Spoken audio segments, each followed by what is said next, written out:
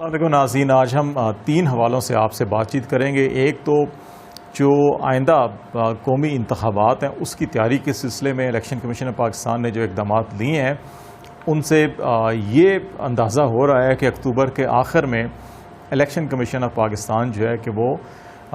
قومی انتخابات کروانے کے لیے مکمل تیار ہوگا، اور قوی امکان یہی ہے کہ اکتوبر کے آخر میں انتخابات ہوں گے۔ وفاقی بجٹ اور جو صوبائی اسمبلیوں میں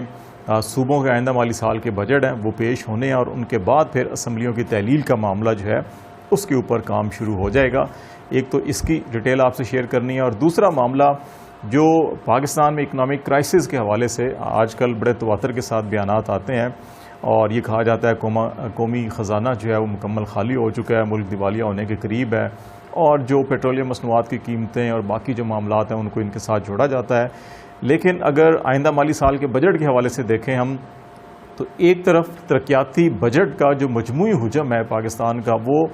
100 ارب روپے پچھلے سال کی نسبت جو ہے وہ کم کیا گیا ہے۔ یہ تاثر دیا گیا یا یہ کہا گیا کہ پاکستان کا قومی خزانہ خالی ہے، اس لیے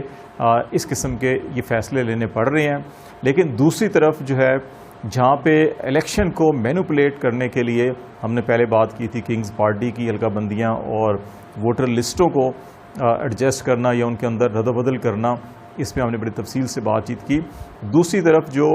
اتحادی ارکان پارلیمنٹ ہیں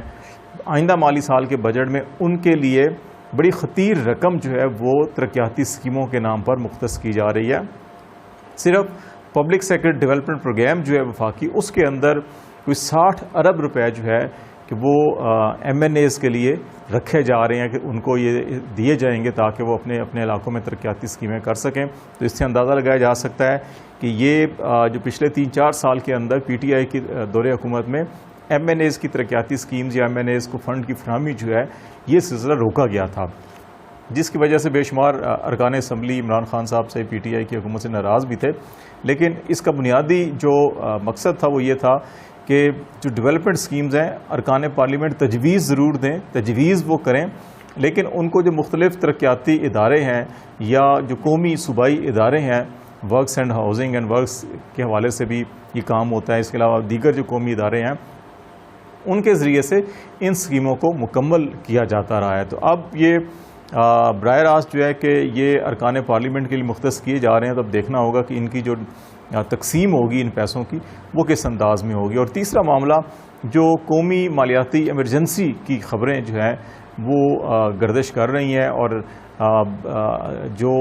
ایٹمی دھماکوں کے بعد جو لوگ پاکستان کی معیشت کو اس وقت دیکھ رہے تھے یا رپورٹ کر رہے تھے ان کو اندازہ ہوگا کہ اس وقت جب فارن کرنسی اکاؤنٹس منجمد کیے گئے تھے تو اس کے کیا نقصانات ہوئے تھے پاکستان کی معیشت کو۔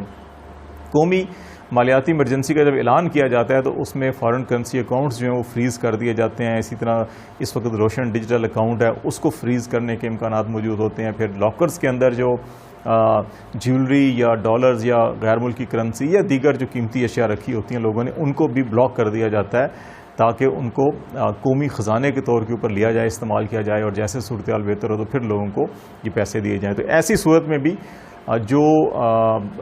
قومی وسائل ہیں یا لوگوں کی جو سیونگز ہیں وہ ایک دم سے بینکوں سے نکلنے کا خطرہ ہوتا ہے۔ تو یہی وجہ ہے کہ جو پاکستان کے مشیر خزانہ ہیں اس وقت مفتاح اسماعیل صاحب، انہوں نے ایک سٹیٹمنٹ بھی جاری کیا ہے کہ اس وقت کوئی قومی مالیاتی ایمرجنسی ملک میں نافذ کرنے کا امکان نہیں ہے، نہ حکومت ایسا سوچ رہی ہے، نہ روشن ڈیجیٹل اکاؤنٹس پاکستان جو ہے اس کو فریز کیا جائے گا، نہ فارن کرنسی اکاؤنٹس کو فریز کیا جائے گا، اور نہ ہی جو پرائیویٹ لاکرز ہیں ان کو بلاک کیا جائے گا۔ تو ایسی انہوں نے تمام خبروں کی تردید کی ہے۔ اچھی بات ہے، بر وقت اس کی تردید آئی ہے، ادروائز یہ پینک کریٹ کیا جا سکتا تھا جس کی وجہ سے کافی نقصان ہونا تھا۔ دوسرا اہم معاملہ الیکشن اور ترقیاتی اسکیمیں ہیں، اس کے اوپر ہم ضرور بات کرنا چاہیں گے۔ پاکستان میں جیسے ہم نے پہلے کہا کہ الیکشن کو مینیج کرنا جو الیکشن ڈے سے پہلے 70 سے 80% کام کر لیا جاتا ہے۔ ہم نے حلقہ بندیوں کی بات کی تھی، پھر ہم نے ووٹر لسٹوں کے اوپر بات کی تھی۔ ہمارے بہت سے دوست احباب ہیں جنہوں نے اپنا آئی ڈی کارڈ نمبر جو ہیلپ لائن ہے الیکشن کمیشن آف پاکستان اور نادرا کے تعاون سے بنائی گئی تھی اس کے اوپر بھیجا، تو ان کے جو ووٹ ہیں وہ ان کے جس علاقے میں وہ رہ رہے ہیں اس کی بجائے ان کے ووٹ یا تو ان کے آبائی علاقوں میں منتقل کر دیے گئے ہیں یا دوسرے اضلاع میں منتقل کیے گئے یا دوسرے علاقوں میں منتقل کر دیے گئے ہیں۔ تو یہ بھی ایک طریقہ ہوتا ہے کہ مخالفین کے ووٹ کو ڈسٹرب کرنا، ایک جگہ سے دوسری جگہ کہیں منتقل کر دینا، اس کے نتیجے میں پھر لوگ اپنا ووٹ جو ہے وہ بر وقت نہیں ڈال سکتے یا ڈال ہی نہیں سکتے، تو اس طرح ووٹ ضائع ہوتے ہیں۔ تو یہ تمام حضرات جو ہیں وہ اپنا آئی ڈی کارڈ ضرور جو ہے کہ وہ الیکشن کمیشن آف پاکستان کا اور نادرا کا جو ہیلپ لائن نمبر ہے اس کے اوپر ضرور ایس ایم ایس کریں تاکہ ان کو اندازہ ہو سکے اور اس مہینے کے اندر اندر جو ہے کہ وہ اپنے ووٹ کو ٹھیک کر سکیں۔ دوسری بات جو ہم الیکشن کی تیاری کے حوالے سے ہے، الیکشن کمیشن آف پاکستان نے جب سپریم کورٹ میں ڈپٹی اسپیکر کی رولنگ کا معاملہ زیر سماعت تھا اور جس دن فیصلہ سنایا جانا تھا اس دن چیف جسٹس آف پاکستان نے یہ 5 رکنی بینچ سماعت کرا تھا، اس دن الیکشن کمشنر کو بلایا تھا اور چیف الیکشن کمشنر نے اس وقت یہ سٹیٹمنٹ دیا تھا کہ ملک میں نئی حلقہ بندیاں ہونی ہیں اور اس میں بڑا وقت درکار ہے اور یہ کم سے کم 6 ماہ اور اس سے زیادہ وقت لگ سکتا ہے اور فوری طور کے اوپر الیکشن نہیں ہو سکتے، جس وجہ سے سپریم کورٹ نے اس وقت پھر معاملہ جو الیکشن کی طرف لے جانے کی بجائے ڈپٹی اسپیکر کی رولنگ جو ہے اس کو کالعدم قرار دیا تھا۔ اور اب جو ہے الیکشن کمیشن آف پاکستان نے بھی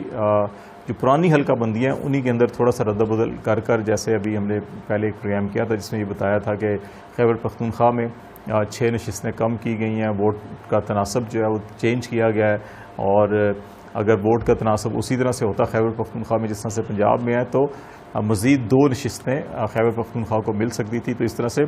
8 نشستیں مزید ہونی چاہیے تھی خیبر پختونخوا میں، لیکن اس وقت 8 کی بجائے جو ہے کہ 6 تو ڈائریکٹ کٹ لگایا گیا اور 2 تناسب کے جو ووٹوں کا تناسب ہے اس کو ڈسٹرب کر کے 2 نشستیں کم کی گئیں۔ اس کے ساتھ ساتھ پھر باقی معاملات بھی چل رہے ہیں۔ ابھی الیکشن کمیشن آف پاکستان نے یہ اعلان کیا ہے کہ وہ جو اس وقت موجودہ مردم شماری ہے اور جو ووٹر لسٹیں ہیں اور حلقہ بندیاں جنہوں نے تجویز کی ہیں اس کے تحت وہ اکتوبر کے وسط سے لے کے آخر تک جو آخری 2 ہفتے ہیں اس میں الیکشن کروانے کی پوزیشن میں ہوں گے اور بالکل تیار ہوں گے، الیکشن کروائے جا سکتے ہیں۔ تو اس کا مطلب یہ ہے کہ اب الیکشن کمیشن بھی مینٹلی طور کے اوپر یہ پریپیئر ہو گیا ہے کہ اکتوبر میں الیکشن ہونے ہیں۔ دیگر سیاسی جماعتیں اور پی ڈی ایم کی جو بڑی جماعت ہے پاکستان مسلم لیگ نے جو حکومت کر رہی ہے، پرائم منسٹر جو ہے وہ بھی گرینڈ ڈائلاگ کی بات کر چکے ہیں۔ پی ٹی آئی کی جانب سے اس مذاکرات کی اس اعتبار سے تو مثبت رسپانس آیا ہے کہ انہوں نے کہا کہ وہ مذاکرات میں بالکل شامل ہونا چاہتے ہیں، لیکن مذاکرات اس وقت ہوں گے جب الیکشن کی تاریخ کا اعلان ہوگا۔ تو ابھی جو اسلام آباد کے اندر مختلف کوریڈورز ہیں، پاور کوریڈورز کے اندر جو بات چیت چل رہی ہے اس میں یہی ہے کہ عمران خان صاحب جو دھرنا دینے کی بجائے واپس چلے گئے تھے تو اس وقت یہی کچھ چیزیں طے ہوئی تھیں کہ موجودہ حکومت جو ہے کہ وہ الیکشن کی اناؤنسمنٹ کر دے گی اور پھر مل بیٹھ کر تمام اسٹریٹجی بنائی جائے گی اگلے انتخابات کے حوالے سے۔ عمران خان صاحب نے پھر بعد میں سپریم کورٹ میں اپلیکیشن بھی دائر کی اور یہی کہا کہ سپریم کورٹ کے فیصلے کی روشنی میں ہی وہ پھر اگلا لائحہ عمل کا اعلان کریں گے۔ تو یہ بیسیکلی ایک ٹیکٹکس تھے جس کے تحت ابھی ٹائم جو ہے وہ نکالا جا رہا ہے۔ اس دوران 10 تاریخ کو وفاقی بجٹ پیش ہو جائے گا، دیگر صوبائی اسمبلیاں بھی اپنی بجٹ پیش کر دیں گی اور پھر ان کو اپروول کے پروسیس شروع ہو جائے گا۔ قانون سازی کا جو مرحلہ تھا نیب قانون کا اور جو انتخابی اصلاحات کا معاملہ، صدر مملکت نے آرٹیکل 46 کے تحت کچھ اعتراضات اٹھائے ہیں، لیکن جوائنٹ سیشن اس وقت چل رہا ہے اور اس میں پیش کر کے اس کو منظور کروا لیا جائے گا۔ تو اس طرح سے جو پی ڈی ایم کی جو سب سے بڑی ضرورت تھی کہ انتخابی اصلاحات کروائی جائیں اور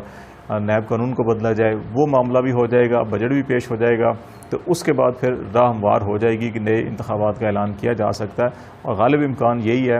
کہ بجٹ کے بعد کسی بھی وقت جو ہے کہ یہ نیگوسیشنز کا سلسلہ شروع ہو سکتا ہے۔ اور پھر الیکشن کمیشن نے بھی اعلان کیا ہے کہ وہ اکتوبر میں انتخابات کروانے کے لیے تیار ہیں، تو پھر غالب امکان یہی ہے کہ